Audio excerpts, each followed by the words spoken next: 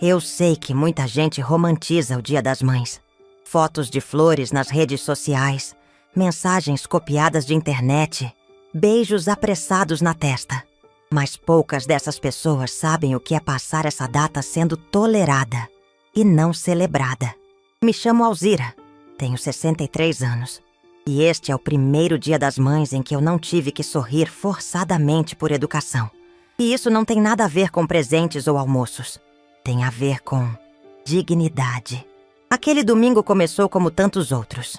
Eu acordei cedo, arrumei o cabelo com o mesmo cuidado que fazia nos batizados dos meus filhos, escolhi meu vestido lilás, aquele que meu neto disse, uma vez que me deixava com cara de vó feliz, e levei um doce que passei a madrugada fazendo. Torta de coco com leite condensado, a preferida do Felipe, meu filho mais velho. A casa dele ficava num bairro novo, bonito, desses com jardim vertical e vizinhos silenciosos. A fachada moderna contrastava com o que eu sentia toda vez que tocava a campainha. Uma mistura de nervosismo e constrangimento, como se eu precisasse me justificar por estar ali. Júlia, a esposa dele, abriu a porta. Um sorriso apertado, quase automático. Que bom que a senhora veio, dona Alzira. Sem beijo, sem abraço, só a frase pronta. Entrei. O cheiro era bom. Carne assando, arroz com alho, perfume floral no ar. Tudo perfeito. Demais. A mesa estava posta com um jogo americano novo. Taças de cristal e guardanapos com monogramas. Me indicaram um lugar na ponta da mesa. Sozinha, de frente para a porta da varanda. Felipe apareceu logo depois, abraçando os 2 filhos, beijando a testa da Júlia, distribuindo sorrisos performáticos. Me deu um beijo na bochecha, seco, e comentou qualquer coisa sobre o tempo. Vai chover depois, mãe. Melhor não demorar para ir embora. Nem tínhamos sentado ainda. Tentei disfarçar o incômodo, como sempre fiz. Sentei, sorri.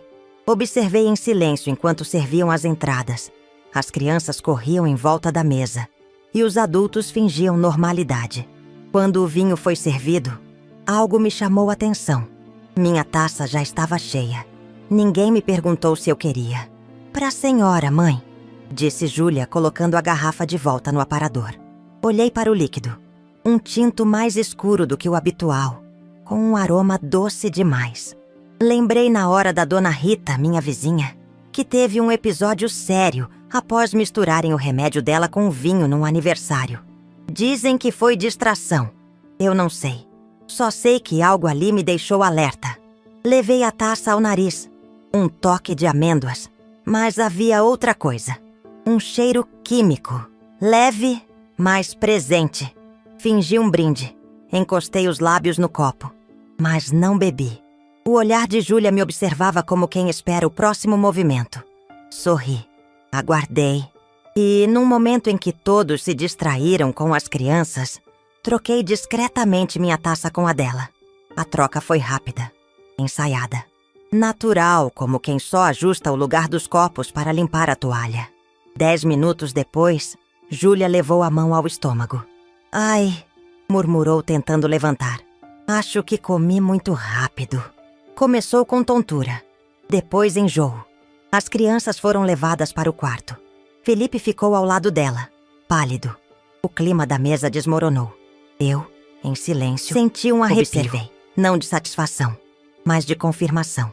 É melhor levá-la ao hospital, disse eu em voz baixa. Pode ser algo sério. Felipe nem olhou para mim, mas acatou. Enquanto eles saíam às pressas, os parentes murmuravam confusos. Uma das sobrinhas perguntou se ela tinha alergia a algum tempero. Eu apenas balancei a cabeça, olhando para o vinho deixado na garrafa.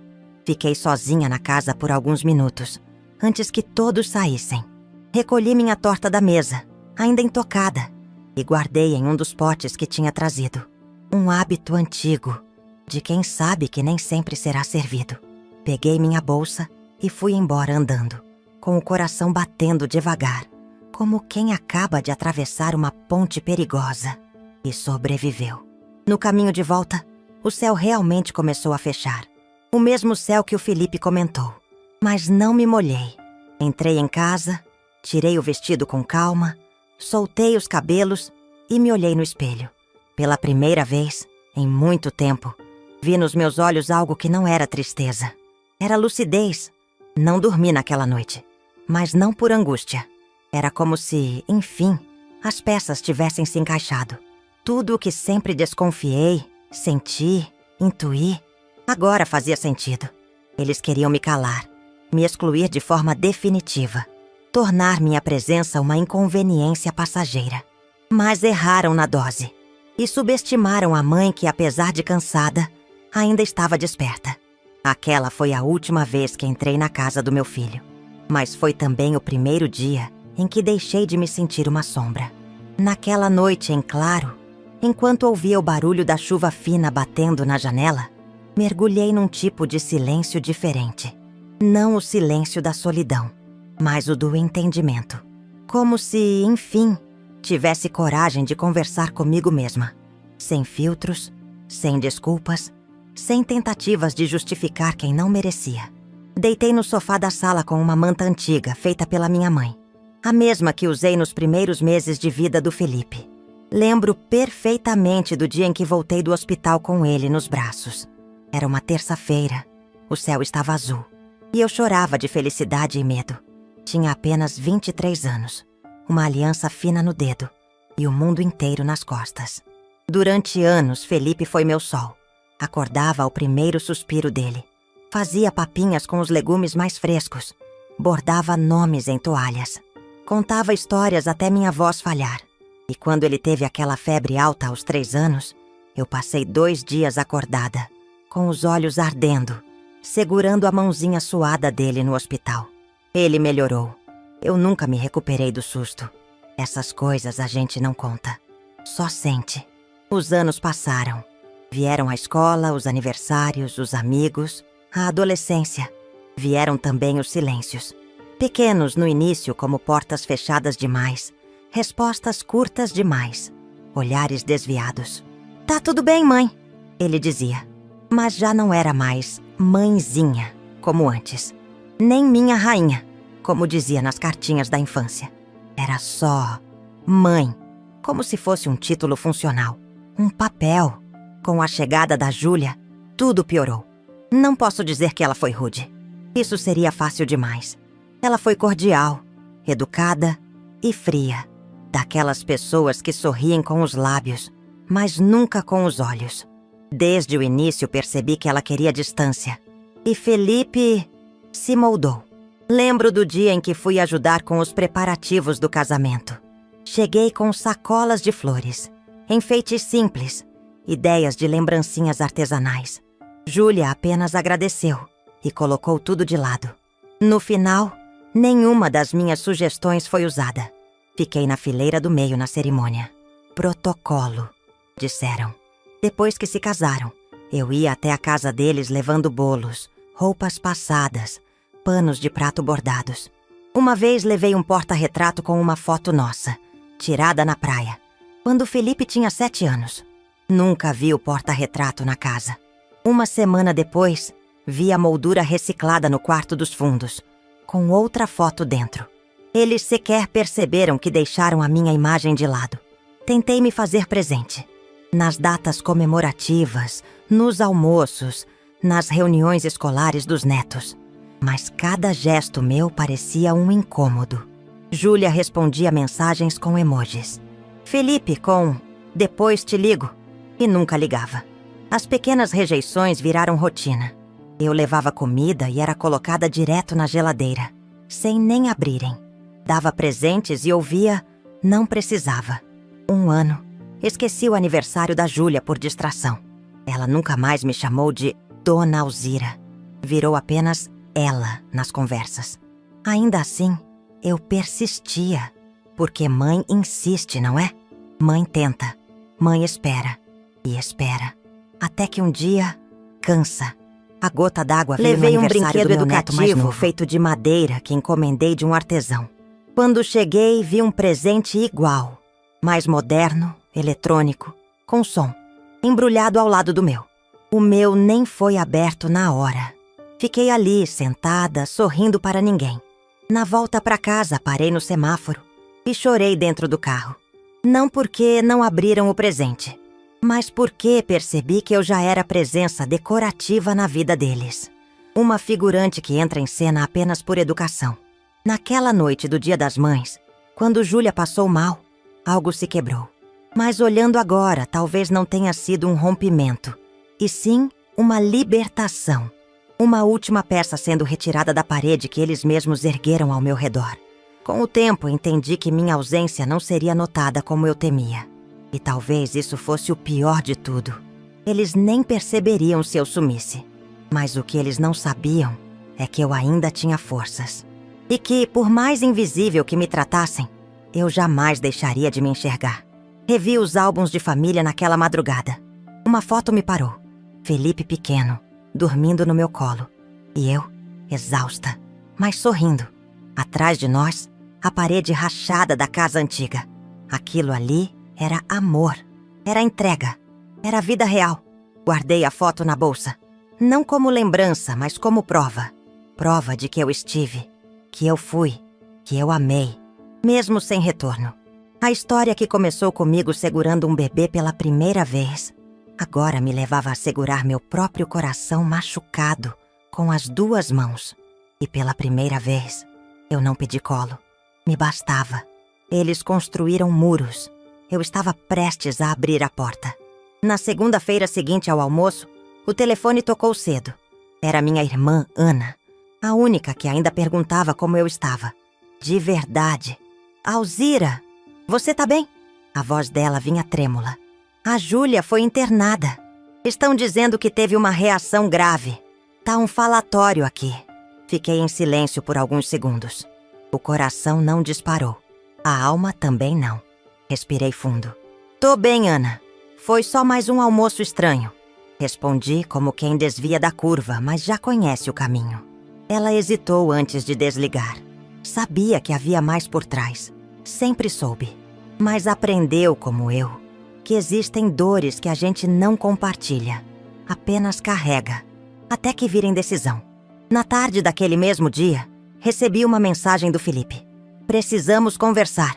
2 horas depois, outra. É importante. Não respondi. Fui caminhar. Passei por uma loja de roupas. Entrei, experimentei uma blusa azul marinho e comprei. Sem pensar, sem pedir opinião. Só porque me senti bem dentro dela. Era um gesto pequeno, mas simbólico. Um gesto só meu. Na quarta-feira fui até o hospital.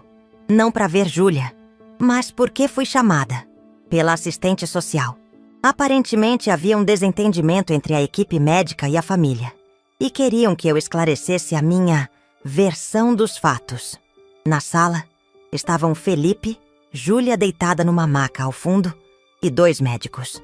Também havia um rapaz com crachá de mediação. Não era julgamento, mas era quase. Dona Alzira, começou o mediador. Estamos tentando entender o que aconteceu no domingo. Há um vídeo que mostra a senhora trocando as taças com a sua nora. Gostaríamos que a senhora explicasse o contexto. Olhei para Felipe. Seus olhos evitaram os meus. Júlia mantinha-se em silêncio, pálida, com um curativo no braço. A imagem dela, frágil, poderia causar piedade. Mas em mim, causava só uma coisa: limite.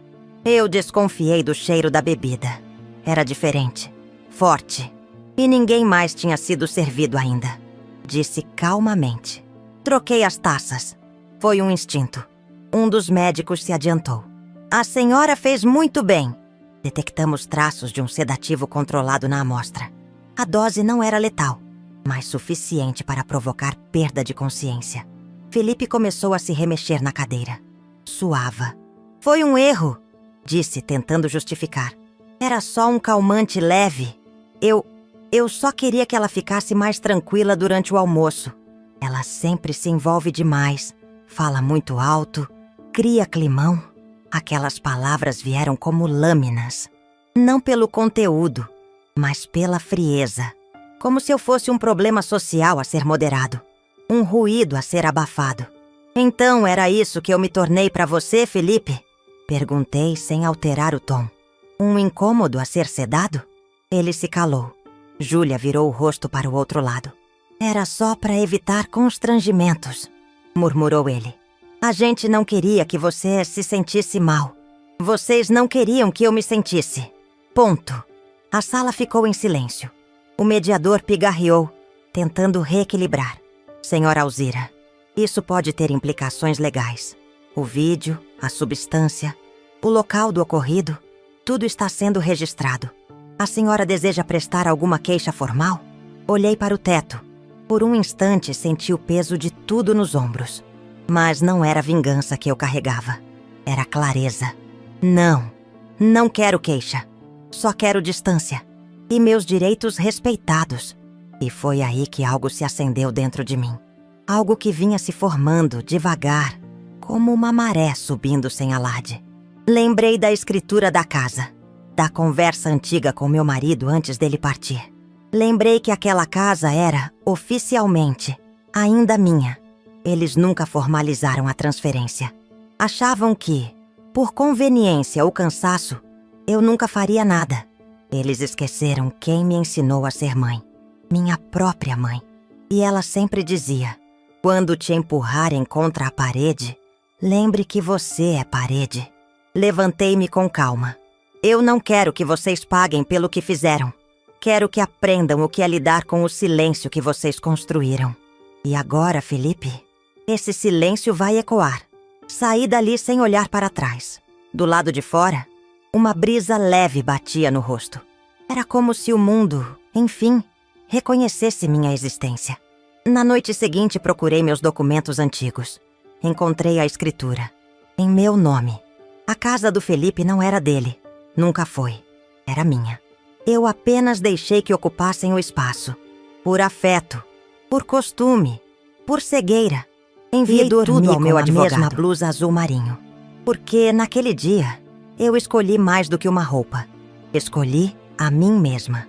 No dia em que entreguei os documentos ao meu advogado, senti algo que há muito não sentia. Firmeza nos pés. Como se, depois de tanto tempo pisando em terreno alheio, finalmente voltasse a andar em solo meu. A escritura estava ali, clara, oficial, em meu nome. A casa que Felipe e Júlia chamavam de nossa, era na verdade um presente que meu marido deixou para mim, antes de partir. Ele insistiu para registrarmos no meu nome. Disse que, se um dia as coisas ficassem difíceis, pelo menos eu teria onde ficar. Nunca achei que precisaria disso para me proteger dos próprios filhos. Meu advogado, um homem calmo e direto, olhou os documentos e depois para mim. A senhora tem todos os direitos, dona Alzira. Isso aqui é sólido. Eles podem contestar, mas será difícil. A casa ainda é sua, disse ele com a certeza que eu precisava ouvir. Não sorri. Não chorei. Apenas respirei fundo. Era como se finalmente tivesse apagado a última vela de um velório longo demais. Na semana seguinte, enviei uma notificação extrajudicial, formal, educada, comunicando a retomada do imóvel para fins de reorganização patrimonial. Nada pessoal. Tudo técnico. Eles tinham 30 dias para desocupar o local. Felipe me ligou naquela mesma noite. Não atendi. Deixou uma mensagem de voz. Mãe, o que é isso? A casa? Você tá mesmo fazendo isso? Sim, eu estava. Nos dias seguintes, vieram os telefonemas das tias, dos primos, das amigas da igreja. Alzira, tem certeza? Você não quer conversar antes? E os netos? Todos preocupados, todos chocados. Mas ninguém havia me ligado no dia seguinte ao almoço. Ninguém veio me perguntar como eu estava depois da confissão no hospital. Só agora, com a casa em jogo, é que meu nome reaparecia nos celulares deles. Mas eu não precisava mais justificar nada. Não devia explicações. Não fui movida por vingança. Fui empurrada pela verdade. Eles fizeram uma escolha. Me excluir. Eu apenas aceitei. E devolvi com a mesma medida. Quando os 30 dias se completaram, voltei à casa. Não entrei. Fiquei do lado de fora, observando de longe o caminhão de mudança. Júlia não estava. Felipe saiu 2 vezes com caixas nas mãos, mas nunca olhou para mim. No final, deixou a chave com o síndico. Nenhuma palavra, nenhuma despedida. Entrei depois que eles saíram. A casa estava limpa, organizada e fria. O vazio era visível. As paredes, os móveis, até os quadros pareciam me evitar. Abri uma janela. O sol da tarde iluminou a cozinha. Vi minha antiga forma de pudim ainda guardada no armário. Eles não levaram. Sorri pela primeira vez. Chamei uma empresa de aluguel por temporada. A casa seria cuidada, reformada, alugada, transformada em algo útil. Para mim, não mais para memórias truncadas. Com o dinheiro da primeira locação, fiz algo que planejava há anos. Me matriculei num curso de aquarela. Sempre sonhei em pintar, mas nunca tive tempo. Agora eu tinha. Também comprei um tênis novo, confortável, bonito. Comecei a caminhar todos os dias pela orla. Conheci outras mulheres da minha idade, viúvas, divorciadas, independentes. Ríamos das mesmas dores, falávamos dos mesmos silêncios. Uma tarde sentei num café com vista para o mar. Pedi uma taça de vinho branco. Olhei para o líquido como quem encara um velho inimigo e brindou consigo mesma. Não pensei mais em Felipe, nem em Júlia, nem nos netos. Não com raiva, mas com paz. Porque entendi que há uma diferença entre perdoar e permitir. E que, às vezes, a justiça não vem em forma de grito. Vem em forma de escritura. A casa era só o símbolo. O real espaço que eu havia reconquistado era interno. Um canto dentro de mim, onde ninguém mais podia me calar. E se um dia perguntarem por que fiz o que fiz, direi apenas, porque não fazer teria sido o mesmo que desaparecer. Faz alguns meses que a casa está alugada. Hoje ela abriga turistas. Gente que vem e vai. Gente que não me conhece. Que não sabe do que aconteceu ali. Que apenas se encanta com a varanda ensolarada e os azulejos retrô da cozinha. E eu gosto disso. Gosto de saber que aquele espaço, antes cheio de silêncio denso, agora carrega risos soltos de quem está de passagem. A casa deixou de ser um altar de frustração para se tornar cenário de recomeços alheios. E isso, de algum jeito, me conforta. Com o dinheiro do aluguel, tenho feito pequenas coisas que sempre adiei. Nada extravagante. Um curso de culinária italiana, um fim de semana numa pousada em Tiradentes, livros de capa dura comprados sem culpa. Coisas simples, mas cheias de significado. Recentemente voltei a escrever num caderno antigo que achei guardado no armário. Tem a capa desgastada, folhas amareladas e um cheiro que me lembra da época em que ainda escrevia cartas. Cartas que nunca enviei. Agora escrevo só pra mim. Escrevo sobre como é estranho e bonito envelhecer com mais autonomia do que afeto. Sobre como o silêncio dos outros ensina a ouvir a própria voz. E sobre como, mesmo depois de tanto tempo se apagando para caber, ainda existe dentro da gente uma chama que se recusa a morrer. Outro dia sonhei com Felipe. Ele era pequeno de novo. Corria no quintal da nossa casa antiga, com os pés descalços e o riso solto. No sonho, ele olhava para mim com aquele brilho de quando me chamava de minha rainha. Acordei com lágrimas nos olhos, mas não eram de saudade. Eram de luto, por algo que já foi. E que agora, enfim, pode descansar.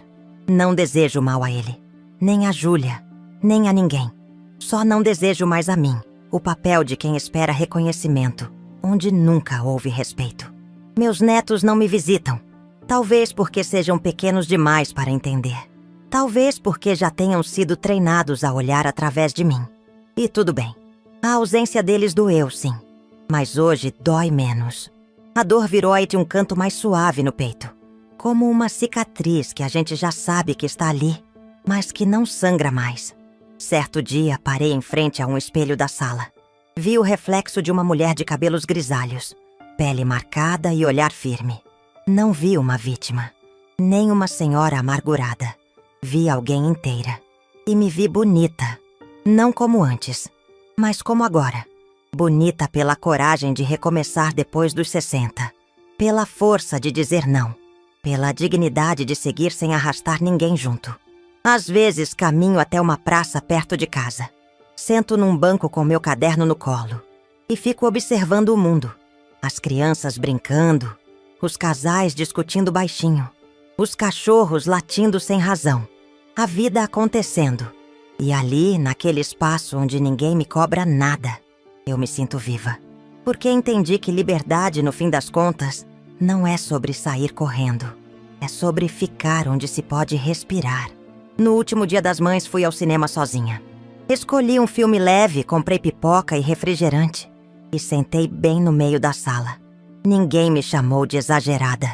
Ninguém me pediu para falar mais baixo. Ninguém me interrompeu. Foi o melhor Dia das Mães da minha vida. Não teve presente, nem abraço. Teve presença. A minha. E se algum dia alguém me perguntar o que eu ganhei com tudo isso, responderei com uma única frase.